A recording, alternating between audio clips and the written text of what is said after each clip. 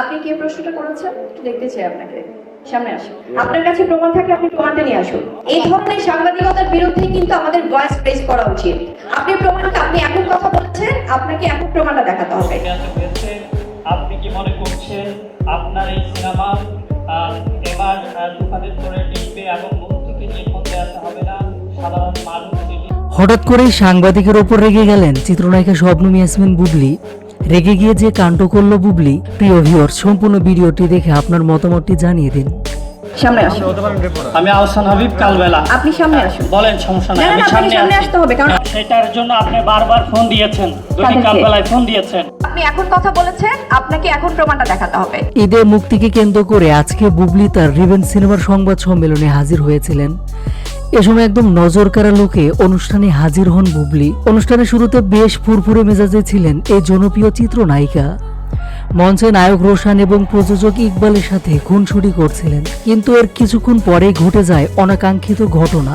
মূলত শবনম বুবলিকে কালবেলা গণমাধ্যমের এক সাংবাদিক বলে, সিনেমা হলে ছবি চালানোর জন্য আপনি কেন মন্ত্রীকে ফোন করেছিলেন?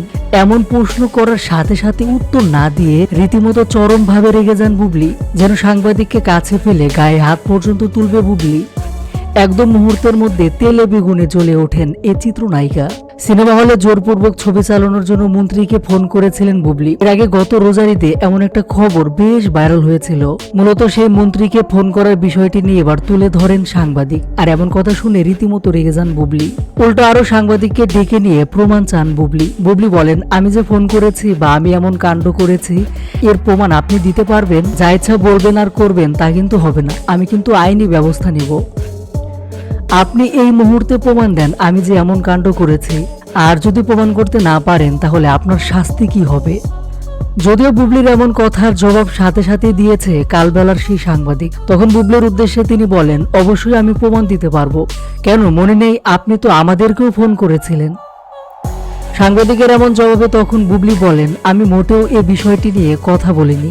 সব মিলে রিভেঞ্জ সিনেমার সংবাদ সম্মেলনে সাংবাদিকদের ওপর এভাবেই মেজাজ হারালেন শবনম বুবলি।